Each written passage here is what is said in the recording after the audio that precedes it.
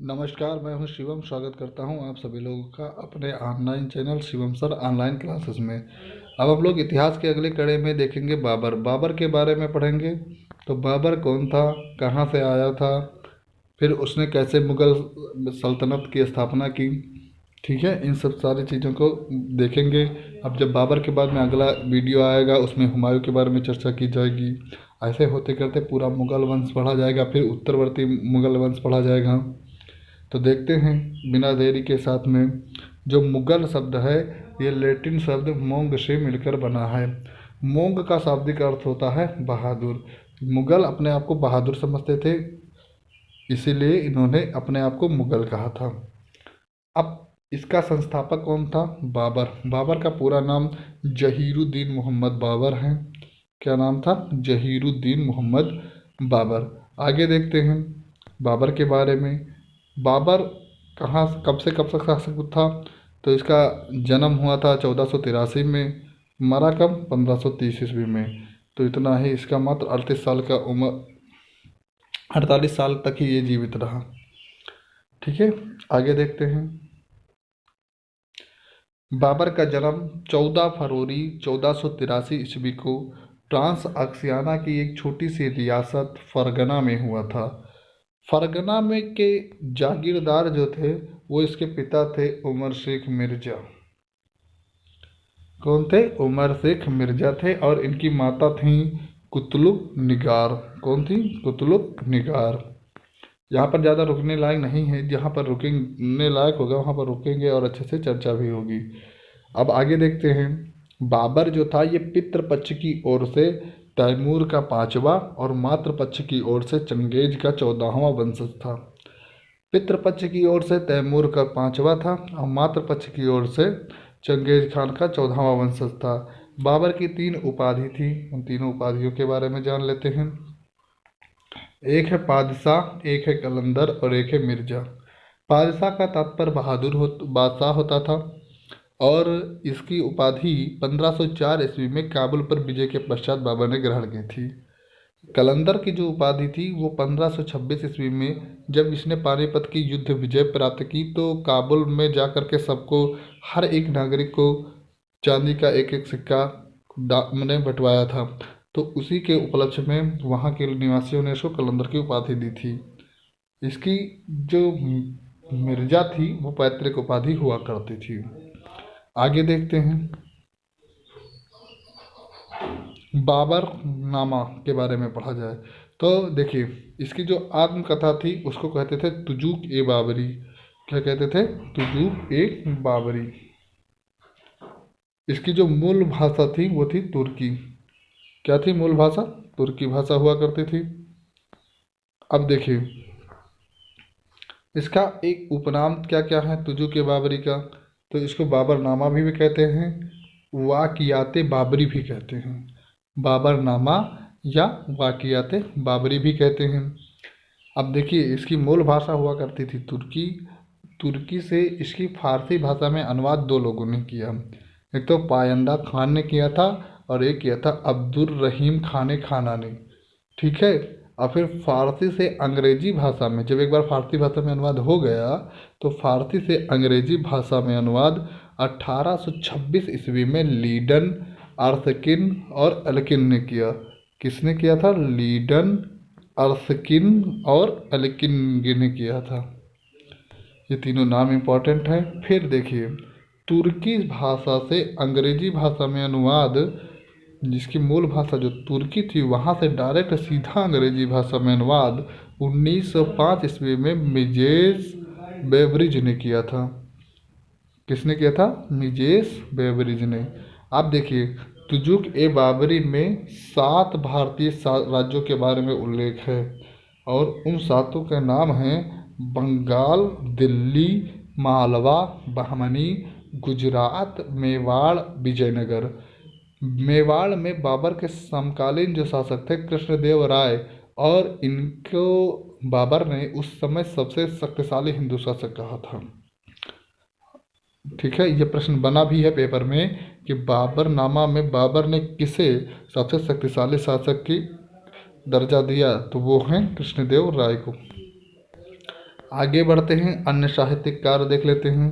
तो दीवान, दीवान क्या था, तो तुर्की भाषा में काव्य संग्रह था जिसको बाबर ने करवाया था। उसके बाद में आ जाते हैं रिसाल ए उसज।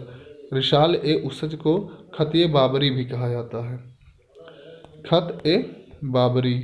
उसके बाद में क्या आता है, हाँ, मूवियान, मूवियान होता था पद, एक ठो पद्य शैली है जिसका मतलब बाबर ने विकास किया था। उसके बाद में आ जाते हैं अयोध्या में जो बाबरी मस्जिद स्थित है उसका निर्माण मीर बाकी ने करवाया था। ये बाबर का सेनापति हुआ करता था। ठीक है, अब आते हैं बाबर के बारे में कुछ पढ़ते हैं, बाबर के जीवन से संबंधित जुड़े बातें। ये तो थी उनकी साहित्यिक बातें। देखिए, 12 वर्ष की आयु में, जब बाबर 12 वर्ष की उम्र का था तब इसके पिता की मृत्यु हो गई थी, बीमारी की वजह से, किसी युद्ध की वजह से नहीं। तो उसी उम्र में 8 जून 1494 ईस्वी को बाबर फरगना की गद्दी पर बैठा था, क्योंकि इसके पिता फरगना के जागीरदार थे। आप देखिए, जो समरकंद था इसके बारे में थोड़ा सा पढ़ लेते हैं हम। तो समरकंद जो थी वह तैमूरियों की 140 वर्ष से राजधानी रही थी। अब बाबर उस समरकंद के बारे में कहता है कि मनुष्यों के रहने लायक दुनिया के किसी भी हिस्से में समरकंद जैसा आनंददायक कोई शहर नहीं है। ठीक है, इसीलिए बाबर उसको जीतना चाहता था। ये बात इम्पोर्टेंट है। देखिए, उस समय समरकंद का शासक हुआ करता था अहमद मिर्ज़ा। अहमद मिर्ज़ा जो था ये बाबर का चाचा था और समरकंद का शासक था। बाबर ने समरकंद पर 2 बार आक्रमण किया। एक किया 1496 ईस्वी में, जो कि रहा असफल, मतलब बाबर जीत ना सका। दूसरी बार आक्रमण किया 1497 ईस्वी में, इसमें उसको सफलता मिली, परंतु कोई अस्थायी सफलता नहीं थी, अस्थायी सफलता थी, क्योंकि उसकी अनुपस्थिति के कारण फरगना में, जब जब बाबर समरकंद में आक्रमण कर रहा था तो फरगना में विद्रोह हो गया, और जब विद्रोह को दबाने निकला तो फिर समरकंद पर उज्बेकों के सरदार शैबानी खान ने अधिकार कर लिया। ठीक है, और फरगना में विद्रोह किसने किया था, तो इसके सौतेले भाई जहांगीर मिर्जा ने किया था। अब देखिए, फरगना पर तो इसके सौतेले भाई ने कब्जा कर लिया और समरकंद पर शैबानी खान ने कर लिया। अब बाबर के पास कुछ बचा ही नहीं। तो अब बाबर के पास केवल क्या था, तो खोजंद नामक पहाड़ी थी, वहीं पर अपना डेरा वोरा डाला। कहाँ डाला, खोजंद नामक पहाड़ी पर, क्योंकि ना इसके पास फरगना बचा ना ही इसके पास समरकंद बचा। आगे देखते हैं। उसके पश्चात क्या हुआ कि 1502 ईस्वी में शैबानी खान द्वारा ऐतिहासिक शरयफूल के युद्ध में पराजित हुआ। मतलब बाबर ने एक बार फिर समरकंद पर आक्रमण किया और 1502 ईस्वी में शैबानी खान ने उसको पराजित कर दिया। कौन से युद्ध में, शर-ए-पूल के युद्ध में पराजित हो गया। इसके बाद में बाबर को मध्य एशिया से खदेड़ दिया गया। इस युद्ध में शैबानी खान ने पहली बार तुलगुमा पद्धति का प्रयोग किया था। ये वही पद्धति है जिसका प्रयोग आगे चल करके बाबर भारत के विरुद्ध करने वाला है, क्योंकि इन्हीं सबसे धीरे धीरे वो सब सीख रहा है। ठीक है, और एक कहावत है, आप लोगों ने सुना होगा कि मतलब सरिये पुल के युद्ध के बाद में ही बाबर ने कहा था कि क्या हुआ, जो मतलब युद्ध हार गए, अभी वो सब कुछ नहीं हारे। क्या नहीं हारे, वो अदम्य साहस और इच्छा शक्ति जो सर झुकाने और सजदा करने को तैयार नहीं। उसने वहाँ से छोड़ा और दूसरे तरफ अपना रास्ता मोड़ा। बाबर जब भटक रहा था तब भटकते भटकते बाबर को पहली बार भारत और उसकी अपार संपदा के बारे में एक बुढ़िया से जानकारी हुई थी। अतः उसने काबुल की ओर अपना ध्यान आकर्षित किया। काबुल को उस समय मध्यकालीन भारत में छोटा हिंद कहा जाता था। ठीक है, काबुल को उस समय अफगानिस्तान का जो था वो छोटा हिंद कहा जाता था। ठीक है, 1504 ईस्वी में बाबर ने काबुल की विजय भी प्राप्त कर ली।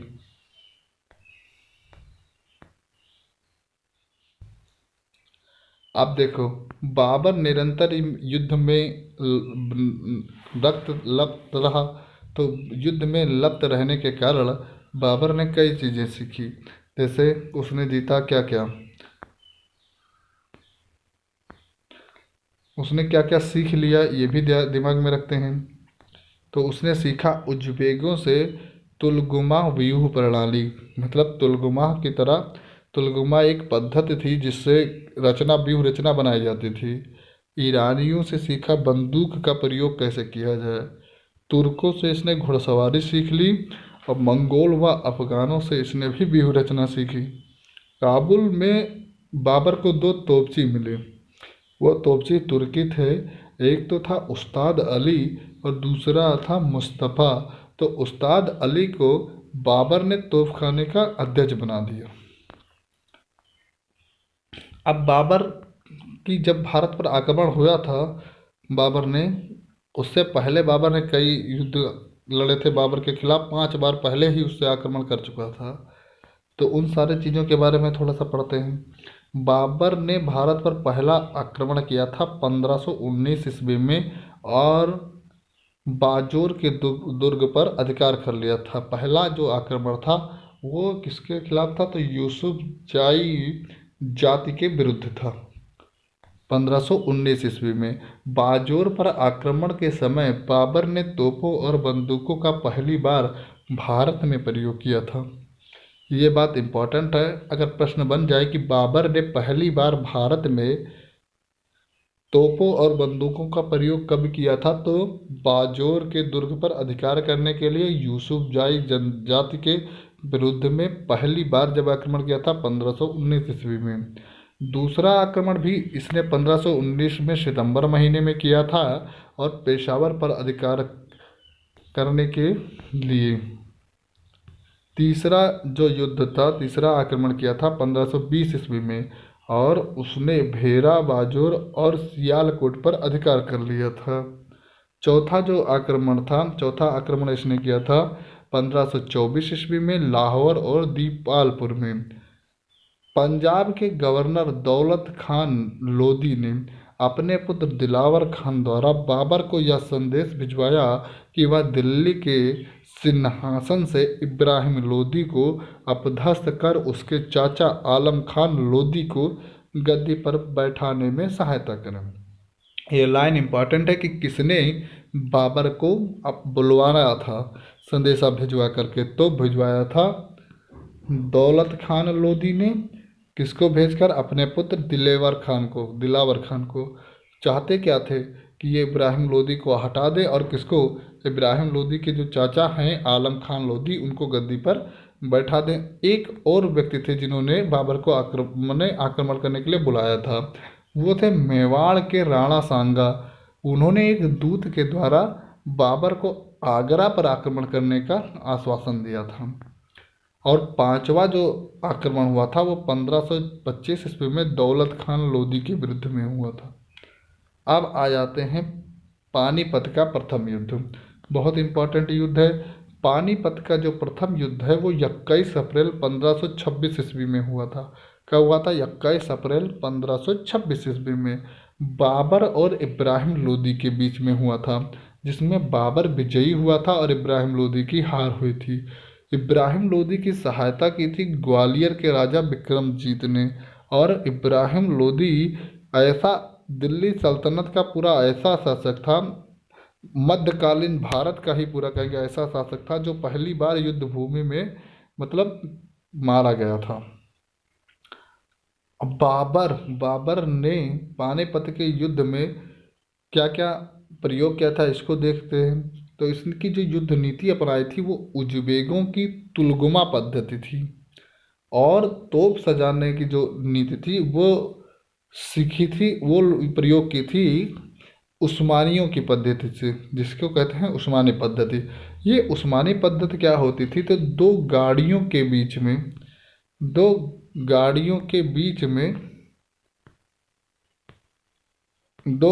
के बीच में व्यवस्थित जगह छोड़ करके उसमें तोप को रखकर चलना कहलाता था उस्मानी पद्धति।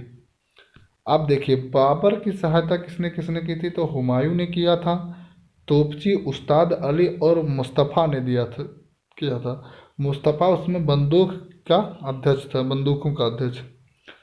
अब देखो और एक और आदमी था जिसने सहायता की थी, तो वो क्या था, आलम खान लोधी ने। तीन लोगों ने मुख्य तौर पर बाबर की सहायता की थी। पानीपत में ही पहली बार बाबर ने ईंटों द्वारा इब्राहिम लोदी का मकबरा बनवाया था। तो पानीपत में ही बाबर ने ही बनवाया था इब्राहिम लोदी का मकबरा। और आगरा आने पर बाबर को हुमायूं ने खजाने के साथ कोहिनूर हीरा, जिसे हुमायूं ने ग्वालियर के राजा विक्रमजीत के परिवार से प्राप्त किया था, भेंट किया था। जो ग्वालियर के राजा थे विक्रमजीत, ये इब्राहिम लोदी के साथ थे और वो पराजित हो गए थे। और उस समय कोहिनूर हीरे का जो वजन था 320 रत्ती था, और इसका मूल्य सारे संसार के लिए 2.5 दिन के भोजन के लागत के बराबर था। कितने दिन के लिए, 2.5 दिन के लिए। अब आ जाते हैं खानवा का युद्ध, जो कि दूसरा युद्ध था। ये उसके जस्ट एक साल बाद 16 मार्च 1527 ईस्वी में लड़ा गया था, बाबर और राणा सांगा के बीच में, जिसमें बाबर विजयी हुआ था। राणा सांगा राणा सांगा पराजित हुए थे, परंतु इनकी मृत्यु युद्धभूमि में नहीं हुई थी। इनकी मृत्यु 30 जनवरी 1528 को जहर खाने दिए जाने के कारण हुई थी। अब देखो इस युद्ध के कारण क्या थे, तो कुछ अफगान जैसे कि हसन खान मेवाती और महमूद लोदी, अहमद आलम खान लोदी, ये सब राणा सांगा को भड़का दिए थे। ठीक है। और मुस्लिम प्रजा से, देखो इस युद्ध में बाबर ने मुस्लिम प्रजा से लिया जाने वाला तमगा कर जिसको मुद्रांक शुल्क कहते थे, उसको रोक दिया था, मतलब प्रतिबंध लगा दिया था।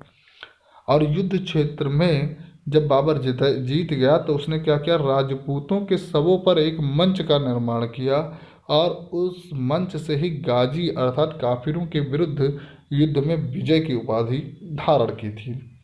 इतना दुष्ट था बाबर। इसके सैनिक जो था ना, वो डरे हुए थे, तो उन सैनिकों का मनोबल को ऊंचा रखने के लिए इसने जिहाद यानी धर्म युद्ध का नारा दिया था, और सैनिकों को से कभी शराब न पीने का शपथ ली थी, और सारी बोतलों को तोड़वा दिया था। अब आ जाता है इसके बाद का युद्ध, चंदेरी का युद्ध। चंदेरी का युद्ध 29 जनवरी 1528 ईस्वी में हुआ था, बाबर और मेदिनी राय के बीच में। मेदिनी राय जो थे ये चंदेरी के शासक थे और युद्ध में मारे गए थे। इन्हीं के युद्ध में राजपूत स्त्रियों ने जौहर कर लिया था और बाबर विजयी हुआ था। ठीक है। मेदिनी राय की एक पुत्री को, मतलब हुमायूं को भी भेंट कर दी गई थी। घाघरा का युद्ध आ जाते हैं। घाघरा का युद्ध 5 मई 1529 ईस्वी को हुआ था, बाबर और बंगाल और बिहार के अफगान के बीच में। एक तरफ बाबर था, दूसरे तरफ बंगाल और बिहार के अफगान थे। बंगाल का शासक उस समय हुआ करता था नुसरत शाह। मध्य युगीन इतिहास में घाघरा का युद्ध पहला युद्ध था जो जल और थल दोनों स्थानों पर लड़ा गया था। ये लाइन इम्पॉर्टेंट है। ऐसा प्रश्न में बना है कि कौन सा मध्यकालीन भारत में सबसे पहला ऐसा युद्ध कौन था जो जल में और थल में दोनों पर लड़ा गया था। वैसे इससे पहले प्राचीन भारत में हम लोग पढ़ चुके हैं, जैसे कि क्या नाम है, चंद्रगुप्त मौर्य ने जब सिकंदर ने आक्रमण किया था, पोरस के बीच में तो युद्ध हुआ था, जल और थल में दोनों पर हुआ था। 26 दिसंबर 1530 ईस्वी को बाबर की मृत्यु हो गई थी, बीमारी के कारण आगरा में हुई थी। अब पहले बाबर को आगरा के चार बाग यानी आराम बाग में दफनाया गया था, किंतु बाद में शेरशाह के शासनकाल में उसकी अस्थियों को उसकी विधवा पत्नी मुबारक यूसुफजाई काबुल ले गई, जहां उसे एक पहाड़ी के पार्श्व में स्थित शाही बाग में दफनाया गया। पहले उसको कहाँ दफनाया गया था, आगरा के चार बाग में, जिसको क्या कहते थे, आराम बाग भी कहते हैं। उसके बाद में कौन ले गया इसकी अस्थि को?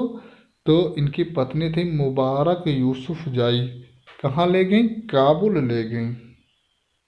ये इम्पोर्टेंट है। और फिर कहाँ दफना दिया? शाही बाग में। इतने सारे फैक्ट हैं जो हमने आपके सामने प्रस्तुत किए। अगर आप सब लोग इतने फैक्ट को तैयार कर लेंगे तो आपका कोई भी पेपर रुकने वाला नहीं है। यदि आपको समझ में आया हो तो हमारे चैनल को सब्सक्राइब करें और आगे मिलने वाले वीडियो की सूचना प्राप्त करने के लिए बेल आइकन को ज़रूर क्लिक करें। धन्यवाद।